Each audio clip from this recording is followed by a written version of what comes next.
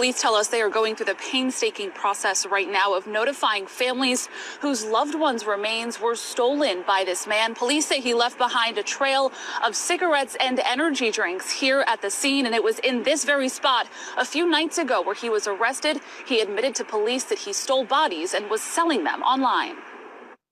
It's a lot of questions, and I don't know who to turn to. People with loved ones buried at Mount Moriah Cemetery in Yeadon are worried sick that their ancestors were among the remains allegedly stolen by this man, 34-year-old Jonathan Gerlach, who's now facing a whopping 500 charges. It's the last thing we can do for people is to honor their wishes and to disturb them. I just can't understand why somebody would do that. Police say Gerlach forced open more than 24 mausoleums and underground burial vaults, stealing the human remains inside. Some of those family burials included famous artists and war heroes who lived in the 1800s. Their investigation led police to his Lancaster County home, where more than 100 human skulls, long bones, and mummified human feet and hands were discovered. My great-grandparents are buried here. Christy Cole came to the cemetery after hearing the news to check on her loved ones. Of course, there's anger and sadness. Nobody should be treated this way after life. Police were called to the cemetery in November and December for reported burglaries. They found mausoleums destroyed,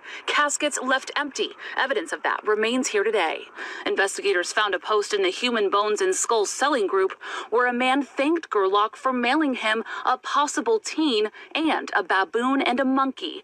His Facebook photo says riding a Harley and slinging skulls, while his Instagram shows countless skeletons. His last post, skulls and bones available. Frightening, absolutely frightening, because I can't imagine the type of people and what they would want to use it for. Police tied him to the scene through his vehicle and phone records and nabbed Gerlach at the cemetery the night of January 6th. He allegedly admitted to the crime. Police are now working to notify living relatives, a long and difficult process. The records are so old. You know, if it was the 1800s, we have to go through the records, and the records were done in a book, and, you know, we have to figure that out.